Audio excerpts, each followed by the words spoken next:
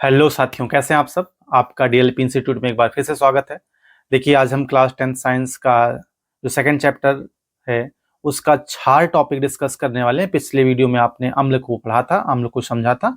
यहाँ पे हम क्षार टॉपिक को डिस्कस करेंगे, जिसमें आप क्षार की परिभाषा देखेंगे, क्षार के जो वर्गीकरण है यानी कि क्षार के प्रकार हैं, क्षार का क्लासिफिकेशन उसे देखेंगे और क्षार के रासायनिक गुण देखेंगे। साथ में देखेंगे कुछ जो क्षार होते हैं उनके प्रयोग, कहाँ कहाँ पर किन क्षारों का प्रयोग किया जाता है, इनको आप देखेंगे। तो आइए शुरू करते हैं। देखिए, क्षार क्या होते हैं। क्षार अर्हीनियस के अनुसार से, अर्हीनियस जो सिद्धांत है उनके अनुसार से क्षार क्या होते हैं। क्षार जलीय विलयन में OH माइनस दाता होते हैं। यानी क्षार जो होते हैं जब जल में घोले जाते हैं तो OH माइनस देते हैं। क्या देते हैं? क्षार जलीय विलयन में OH माइनस, OH माइनस को क्या कहा जाता है? हाइड्रोक्साइड आयन कहते हैं। क्या कहते हैं? Hydroxide ion. यानी कि क्षार जलीय विलयन में OH माइनस दाता होते हैं। साथ में क्षार जो होते हैं छूने पर स्लिपरी यानी कि चिकने होते हैं। यानी कि क्षार को अगर छुआ जाए, टच किया जाए तो चिकनाहट उसमें होगी। जैसे आपने साबुन को टच किया होगा तो जो सोप होते हैं, सोप को आपने टच किया होगा तो छूने पर कैसे लगते हैं? स्लिपरी, चिकने लगते हैं। इसके अलावा जो क्षार होते हैं, क्षार लाल लिटमस पेपर को नीला कर देते हैं। यानी जो बेसिस होते हैं वो क्या करते हैं, जो क्षार होते हैं वो लाल लिटमस जो होता है, लाल लिटमस को क्या कैसा कर देते हैं? नीला कर देते हैं। हमने आपको बताया था एसिड के लिए आप याद रख सकते हैं ABR, तो बेस के लिए इसका उल्टा BRB। बेसिस जो होते हैं रेड लिटमस को ब्लू कर देते हैं, जबकि जो एसिड होते हैं वो ब्लू लिटमस को रेड कर देते हैं। तो लाल को नीला कौन करता है? क्षार करते हैं, जबकि नीले को लाल कौन करता है? एसिड करते हैं। इतनी बात समझ में। अब आइए बात करते हैं क्षार के प्रकार। क्षार के प्रकार क्या हो, कितने प्रकार से? देखिए, क्षार को 3 आधार पर बांटा गया है। पहली बात, पहला आधार है OH त्याग करने के आधार पर। OH अगर जलीय विलयन में घोला गया है, उनके पास जितने OH हैं सब के सब त्याग कर देते हैं। जैसे अगर 1 मोल NaOH लिया गया तो 1 NaOH में 1 OH होता है। अगर यह जलीय विलयन में घोला गया तो 1 मोल OH यानी कि हाइड्रोक्साइड आयन अगर मिलता है तो समझ जाइए ये क्या है, ये जो है एक प्रकार का प्रबल क्षार है। यानी कि प्रबल क्षार जो होते हैं जब जल में घोले जाते हैं तो जितने हाइड्रोक्साइड आयन के पास होते हैं सब के सब वो दे देते हैं। यानी कहा जाए जो प्रबल क्षार होते हैं जलीय विलयन में पूर्णतः आयनित हो जाते हैं, यानी कि वो सभी हाइड्रोक्साइड आयन दे देते हैं, तो कहा जाता है ये एक प्रकार का प्रबल क्षार है। इसी प्रकार से OH के आधार पर दूसरा जो प्रकार होगा वो दुर्बल क्षार होगा। प्रबल क्षार हमने बता दिया आपको, प्रबल क्षार होगा और दूसरा दुर्बल क्षार होगा। दुर्बल क्षार किसे कहा जाएगा? ऐसे क्षार, ऐसे क्षार जिनको जल में घोलने पर वो पूर्णतः आयनित ना होते हों, या अर्थात ये जिनके जितने OH माइनस उनके पास होते हैं सब वो त्यागते नहीं हो। जैसे कि एल्युमिनियम हाइड्रोक्साइड है। एल्युमिनियम हाइड्रोक्साइड अगर 1 मोल लिया गया तो अगर जल में वियोजित 1 मोल लिया गया और एक अणु में एल्युमिनियम हाइड्रोक्साइड के 3 OH होते हैं, तो अगर जल में वियोजित किया गया, जल में घोला गया तो 1 मोल से कितने मिलने चाहिए? 3 मोल हाइड्रोक्साइड आयन मिलने चाहिए। लेकिन ऐसा नहीं होता है, वो पूर्णतः वियोजित नहीं होता है। इसलिए कहा जाता है कि जो हाइड्रोक्साइड आयन एल्युमिनियम हाइड्रोक्साइड होता है वही प्रकार का दुर्बल क्षार है। इसके अलावा सांद्रता के आधार पर, जैसा कि आपने अम्ल में देखा था, सांद्रता के आधार पर अम्ल हो अथवा क्षार हो या कोई भी विलयन हो, 2 प्रकार के होते हैं। ये तुलनात्मक होता है। तुलनात्मक अर्थ होता है आप 2 विलयन को एक साथ में रख करके तब तुलना कर पाओगे। सांद्र क्षार, सांद्र क्षार ऐसा क्षार जिसमें विलेय की मात्रा यानी कि क्षार की मात्रा ज्यादा हो अपेक्षाकृत, और तनु क्षार क्या होगा? जिसमें अपेक्षाकृत क्षार की मात्रा या घुलित क्षार की मात्रा कम हो। जैसे आपने 2 विलयन लिए, क्षार के 2 विलयन लिए, दोनों में जल की मात्रा मान लीजिए सपोज करिए 1 लीटर थी। कितनी थी? 1 लीटर। विलायक कितना लिया गया? 1 लीटर। एक में 5 मोल NaOH घोला गया है और दूसरे में 2 मोल NaOH घोला गया है। तो जाहिर सी बात है जिसमें 5 मोल NaOH घोला गया है वो एक प्रकार का सांद्र विलयन तैयार होगा, यानी कि सांद्र क्षार का विलयन तैयार होगा।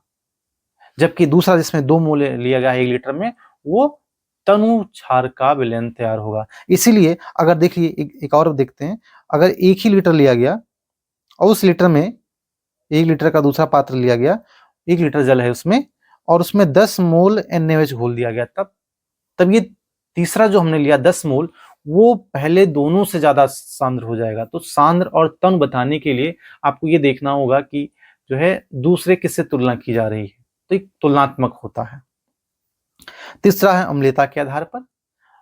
जो क्षार का वर्गीकरण है वो तीसरा है अम्लता के आधार पर। ध्यान रखिएगा, अम्ल की क्षारकता यानी कि भास्मिकता देखी जाती है, जबकि जो क्षार होते हैं उसकी अम्लता देखी जाती है। किसी भी क्षार में उपस्थित कुल हाइड्रोक्साइड आयन की संख्या उस क्षार की अम्लता कहलाती है। जैसे एल्युमिनियम हाइड्रोक्साइड के पास में 3 OH होते हैं, तो एल्युमिनियम हाइड्रोक्साइड की जो भास्मिकता होगी वो जो अम्लता होगी वो 3 होगी। जबकि जो सोडियम हाइड्रोक्साइड है उसके पास में 1 OH होता है, तो उसकी अम्लता 1 होगी। कैल्शियम हाइड्रोक्साइड के पास में 2 OH होते हैं, तो कैल्शियम हाइड्रोक्साइड की जो अम्लता होगी वो 2 होगी। तो किसी भी क्षार की जो अम्लता है उसमें उपस्थित कुल हाइड्रोक्साइड आयन की संख्या से निर्धारित होता है। इतनी बात आपको समझ में आनी चाहिए। तो अम्लता के आधार पर आप देखेंगे एकल अम्लीय और बहुअम्लीय कह सकते हो, या द्विअम्लीय त्रिअम्लीय, इस प्रकार से आप देखेंगे। चलिए एक एक करके हम लोग पढ़ लेते हैं। जैसे OH की सांद्रता के आधार पर या आयनन के आधार पर क्षार कितने प्रकार के होते हैं, तो आयनन के आधार पर या OH त्याग के आधार पर जो क्षार होते हैं 2 प्रकार के होते हैं। पहला तो प्रबल क्षार है और दूसरा दुर्बल क्षार है। जैसा कि हमने बताया, प्रबल क्षार का अर्थ होता है ऐसे क्षार जो जलीय विलयन में पूर्णतः आयनित हो जाते हों, उन्हें हम बोलते हैं प्रबल क्षार। जैसे समझिएगा एग्जाम्पल, जैसे NaOH लिया आपने, NaOH कितना लिया आपने, लिया 2 मोल, 2 मोल NaOH लिया आपने। 2 मोल NaOH को जब जल में घोला तो आपको 2 मोल हाइड्रोक्साइड आयन अगर मिल जाता है। क्यों 2 मोल? क्योंकि एक NaOH जो है उसमें एक अणु NaOH में 1 हाइड्रोक्साइड आयन है, तो या कह सकते हैं 1 मोल NaOH में 1 हाइड्रोक्साइड आयन है, तो 2 मोल में 2 हाइड्रोक्साइड आयन मिलेगा। जैसे पोटेशियम हाइड्रोक्साइड है, पोटेशियम हाइड्रोक्साइड जितने मोल लिए गए, 10 मोल, 4 मोल, 5 मोल, जितना भी मोल लिया गया, 1 मोल में जितने OH होंगे, जितना भी आप लेंगे उतने ही हाइड्रोक्साइड आयन प्राप्त हो जाएंगे। मतलब यह है कि जितना आप क्षार लेंगे वह वियोजित होकर उतने ही हाइड्रोक्साइड आयन दे देगा, यानी कि हाइड्रोक्साइड आयन की सांद्रता जो होगी वो क्षार के बराबर होगी। बात समझ में आती है? इसके बाद बात देखते हैं दुर्बल क्षार क्या होते हैं। जैसा हमने बताया अभी आपको, दुर्बल क्षार ऐसे क्षार होते हैं जो जल में पूर्णतः आयनित नहीं होते हैं या वियोजित नहीं होते हैं, या ऐसे क्षार जो जल में अपने सभी हाइड्रोक्साइड आयन का त्याग नहीं करते हैं, उन्हें हम दुर्बल क्षार कहते हैं। जैसे अमोनियम हाइड्रोक्साइड हो गया, जैसे कैल्शियम हाइड्रोक्साइड है, जैसे मैग्नीशियम हाइड्रोक्साइड है, जैसे क्या है हमने बताया आपको अमोनियम हाइड्रोक्साइड NH4OH, जैसे कि फेरिक हाइड्रोक्साइड है FeOH का होल थ्राइस है, फेरस हाइड्रोक्साइड लिख सकते हैं भी। इसके अलावा हमने बताया आपको कैल्शियम हाइड्रोक्साइड, इसके अलावा एल्युमिनियम हाइड्रोक्साइड, ये सभी क्या हैं? ये सभी दुर्बल क्षार हैं, दुर्बल क्षार है। ध्यान रखिएगा, अगर आप आयन से यौगिक नहीं लिख पाते तो इसके लिए विशेष वीडियो बना है, मैं आपको लिंक डिस्क्रिप्शन में दे दूंगा, वहां से आप देख सकते हैं कि कैसे आयन से यौगिक लिखा जाता है। जैसे एल्युमिनियम Al+3 होता है, हाइड्रोक्साइड OH-1 होता है, तो इनको अगर एक साथ लिखना है तो AlOH का होल थ्राइस लिखा जाएगा। कैल्शियम पे +2 होता है, OH पर -1 होता है, तो कैल्शियम हाइड्रोक्साइड लिखना है तो CaOH का होल ट्वाइस लिखा जाएगा। बात समझ में? अब अगला है सांद्रता के आधार पर। तो सांद्रता के आधार पर या जल में घुलित मात्रा के आधार पर, जैसा कि हमने बताया, सांद्र क्षारक होंगे और तनु क्षारक होंगे। सांद्र क्षारक में अपेक्षाकृत, जिससे तुलना करें, किसी से तुलना करके ही बता सकते हैं सांद्र या तनु। अपेक्षाकृत विलेय की मात्रा अगर कम है, जो क्षार घोले गए हैं उसकी मात्रा अगर कम है, तो क्या कहलाएगा? तनु क्षारक कहलाएगा, या क्षारक, तनु विलयन का क्षारक कहलाएगा, या तनु विलयन कहलाएगा। जिसमें विलेय यानी कि क्षार की मात्रा अगर ज्यादा है तो कहलाएगा सांद्र क्षारक विलयन या सांद्र विलयन। ठीक है, जैसे हमने अभी आपको बताया था, 2 विलयन लिए गए हैं, एक में 1 लीटर में 2 मोल NaOH घोला गया है। 1 लीटर H2 था, उसमें क्या घोला गया? 2 मोल NaOH घोला गया। दूसरा लिया गया, 1 ही लीटर वाटर है, H2 है, और उसमें 5 मोल NaOH घोला गया है। तो क्या है, ये जो 5 मोल NaOH है, ये वाला सांद्र क्षारक होगा। हमने उल्टा लिख दिया है तो उससे कोई मतलब नहीं, ये सांद्र क्षारक हो जाएगा। और जिसमें 2 मोल घुले हुए हैं वो क्या हो जाएगा? तनु क्षारक हो जाएगा। तो तनु क्षारक और सांद्र क्षारक की परिभाषा आप याद रखेंगे, जिसमें विलेय की मात्रा अपेक्षाकृत ज्यादा हो उसे हम बोलेंगे सांद्र क्षारक, और जिसमें विलेय की मात्रा अपेक्षाकृत कम हो उसे हम बोलेंगे तनु क्षारक। ठीक है, चलिए आगे तरफ बढ़ते हैं। अगला टॉपिक है क्षारकों की अम्लता के आधार पर क्षार के प्रकार। तो अम्लता के आधार पर एकल अम्लीय क्षारक। एकल अम्लीय क्षारक ऐसे क्षारक जिसमें केवल एक हाइड्रोक्साइड आयन उपस्थित है या प्रतिस्थापन के लिए केवल एक हाइड्रोक्साइड आयन उपस्थित है, उसे हम एकल अम्लीय क्षारक बोध कहते हैं। जैसे जैसे हमने बताया था आपको, NaOH जो होता है, NaOH सोडियम हाइड्रोक्साइड है। इसके पास में जब ये जलीय विलयन में जाएगा तो क्या कितने दे सकता है? एक Na प्लस और एक OH माइनस, यानी कितने OH माइनस आएंगे? केवल एक ही OH माइनस आएगा, एक हाइड्रोक्साइड आयन देता है, इसलिए क्या है? एकल अम्लीय क्षारक है ये। इसी प्रकार से अमोनियम हाइड्रोक्साइड हो जाए, अमोनियम हाइड्रोक्साइड NH4OH, इसे अगर जल में घोला गया तो ये भी एक ही OH माइनस देगा। तो ऐसे क्षारक जो जल में घुलने पर केवल एक OH माइनस देते हैं, केवल एक OH माइनस, अगर एक मूल्य एक OH माइनस देते हैं तो उसे हम क्या बोलेंगे? एकल अम्लीय क्षारक। द्विअम्लीय क्षारक ऐसे क्षारक जो जल में घोलने पर 2 हाइड्रोक्साइड आयन देते हैं, उन्हें क्या बोला जाएगा? द्विअम्लीय क्षारक। जैसे कैल्शियम हाइड्रोक्साइड है, कैल्शियम हाइड्रोक्साइड के पास में 2 OH माइनस होता है, इसे घोला जाता है तो 2 हाइड्रोक्साइड आयन देते हैं, इसलिए क्या कहा जाएगा? द्विअम्लीय क्षारक कहा जाएगा इसको। जैसे फेरस हाइड्रोक्साइड है, FeOH का होल ट्वाइस, इसे जल में घोला जाएगा तो 2 OH minus plus ferrous ion मिलेगा। जैसे मैग्नीशियम हाइड्रोक्साइड है, इसे जल में घोला जाएगा तो क्या मिलेगा? 2 OH माइनस मिलेगा। तो इस प्रकार से आप याद रख सकते हैं, जिसके पास में 2 हाइड्रोक्साइड आयन होगा वो क्या कहलाएगा? द्विअम्लीय क्षारक कहेगा। इसके बाद बात करते हैं त्रिअम्लीय क्षारक। त्रिअम्लीय क्षारक क्या होते हैं? ऐसे क्षारक जिनके पास 3 हाइड्रोक्साइड आयन उपस्थित होता है या प्रतिस्थापन के लिए 3 हाइड्रोक्साइड आयन उपस्थित होते हैं, उन्हें हम त्रिअम्लीय क्षारक कहते हैं। जैसे देखिए त्रिअम्लीय क्षारक, जैसे फेरिक हाइड्रोक्साइड FeOH का होल थ्राइस, इसे अगर जल में घोला गया तो 3 OH माइनस मिलेगा और फेरिक आयन मिलेगा। जैसे एल्युमिनियम हाइड्रोक्साइड है, इसे जल में घोला गया तो यहाँ इससे भी क्या मिलेगा? 3 हाइड्रोक्साइड आयन मिलेंगे और क्या मिलेगा? एल्युमिनियम आयन मिलेगा। तो इस प्रकार से आप याद रख सकते हैं। बात समझ में? अब बात करते हैं क्षारकों के रासायनिक गुण। देखिएगा, क्षार के रासायनिक गुण में सबसे पहला गुण है आपकी क्षार की अम्ल के साथ अपक्रिया। तो आपने पढ़ा है अम्ल की क्षार के अम्ल की क्षार से अपक्रिया या क्षार की अम्ल से अपक्रिया की प्रकार की होगी। इस अपक्रिया का नाम अभी आपने सुना था, उदासीनीकरण अपक्रिया कहते हैं। जब अम्ल क्षार से अपक्रिया करता है अथवा अम्ल क्षार से अपक्रिया करता है, क्षार अम्ल से अपक्रिया करे या क्षार अम्ल क्षार से अपक्रिया करे, एक ही बात है। अम्ल क्षार, क्षार अम्ल। अगर अम्ल क्षार से अभिक्रिया करता है अथवा क्षार अम्ल से अभिक्रिया करता है तो लवण का निर्माण होता है। इस अभिक्रिया को हम उदासीनीकरण अभिक्रिया भी कहते हैं, यानी न्यूट्रलाइजेशन रिएक्शन भी कहते हैं।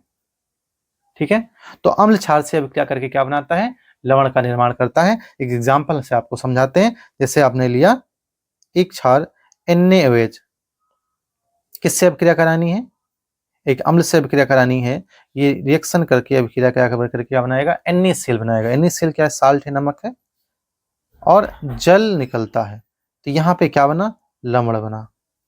जैसे जैसे मैग्नीशियम हाइड्रोक्साइड, मैग्नीशियम हाइड्रोक्साइड की अभिक्रिया अगर आपने H2SO4 सल्फ्यूरिक अम्ल से कराई तो क्या बनेगा, मैग्नीशियम सल्फेट बन जाएगा। क्या बन जाएगा, मैग्नीशियम सल्फेट।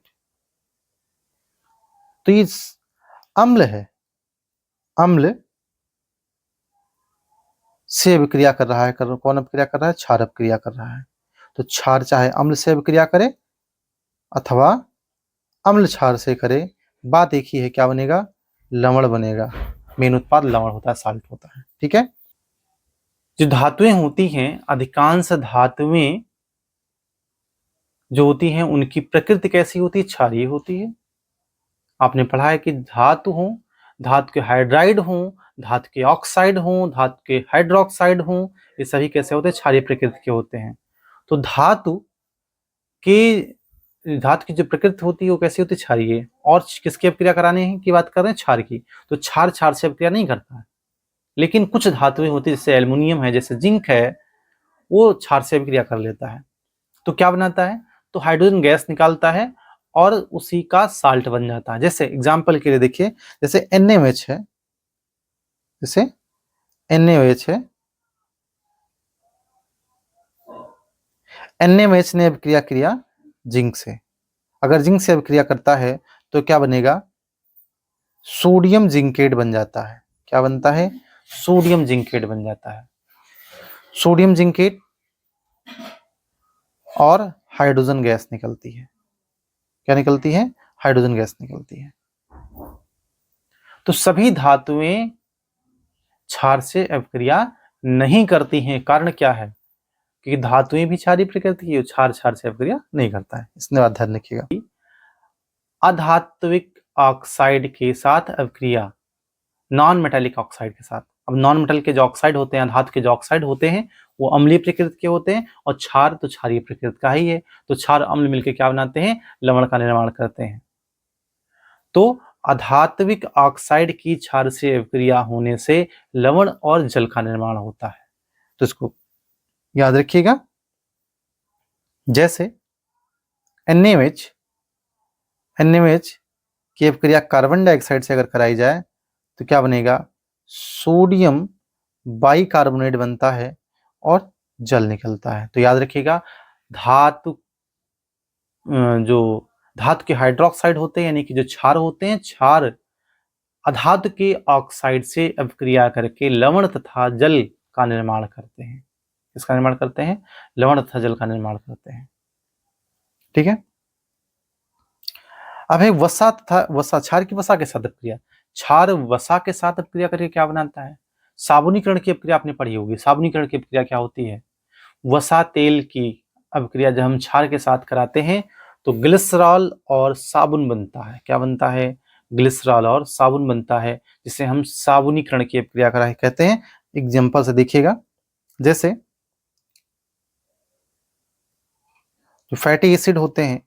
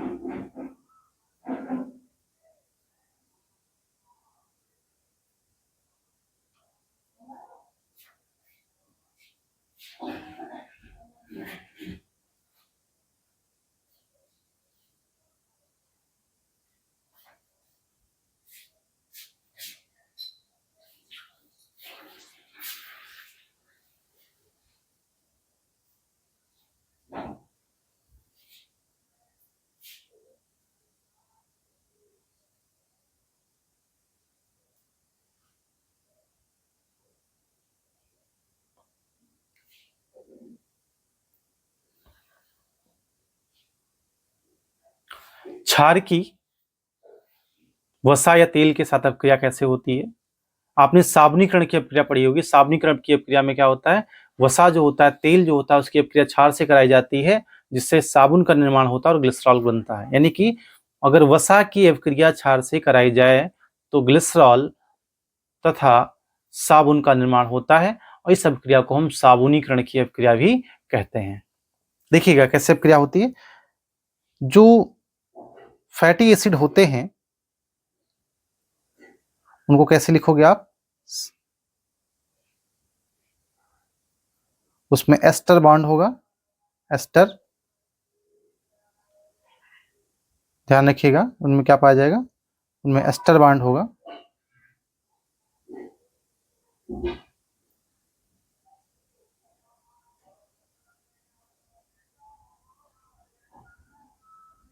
ये ऐसे, ये वसा या तेल है, इसकी क्रिया मान लीजिए Na से कराई गई तो क्या होगा, ये जो एस्टर, जो एस्टर वाला ग्रुप है,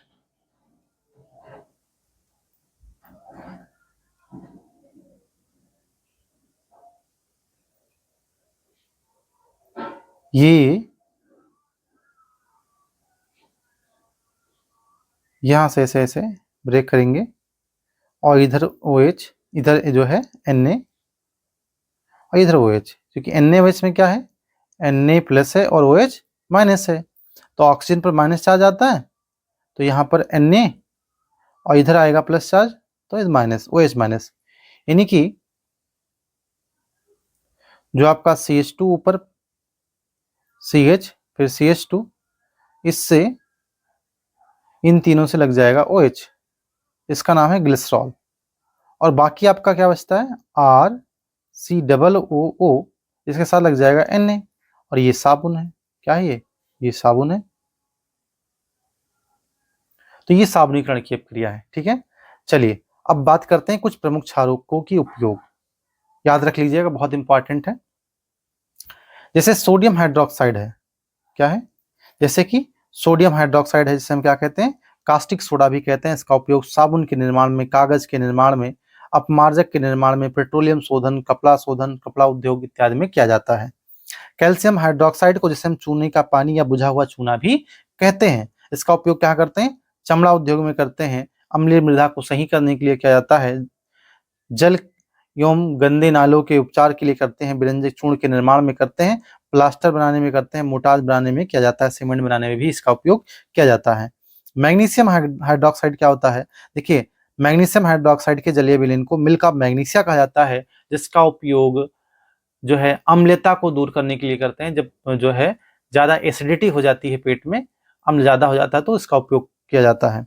तो विष जल के उपचार में किया जाता है, अग्नि रोधक फायर रिटार्डेंट के रूप में करते हैं, प्रति अम्ल एंटी एसिड के रूप में भी मैग्नीशियम हाइड्रोक्साइड का उपयोग किया जाता है। कैल्शियम ऑक्साइड क्या है, कैल्शियम ऑक्साइड को बिना बुझा चूना भी कहते हैं, क्या कहते हैं, बिना बुझा चूना करते हैं, कहते हैं। इसका उपयोग औषधियों के उपयोग किया जाता है, कीटनाशक बनाने में किया जाता है, और इस्पात निर्माण में भी बिना बुझा चूना यानी कि कैल्शियम ऑक्साइड का उपयोग किया जाता है। कास्टिक सोडा का निर्माण भी कैल्शियम ऑक्साइड के उपयोग से होता है। अगला है मैग्नीशियम ऑक्साइड। मैग्नीशियम ऑक्साइड को जो भूजल होता है, पेयजल होता है, इन जमीन के अंदर जल होता है, उसके उपचार में करते हैं। इसके अलावा इंसुलेटर बनाने में भी इसका उपयोग किया जाता है। इसके अलावा प्लाज्मा टीबी जो डिस्प्ले होता है उसको बचाने के लिए प्रोटेक्टिव कोटिंग चढ़ाई जाती है, यानी कि सुरक्षात्मक लेपन किया जाता है।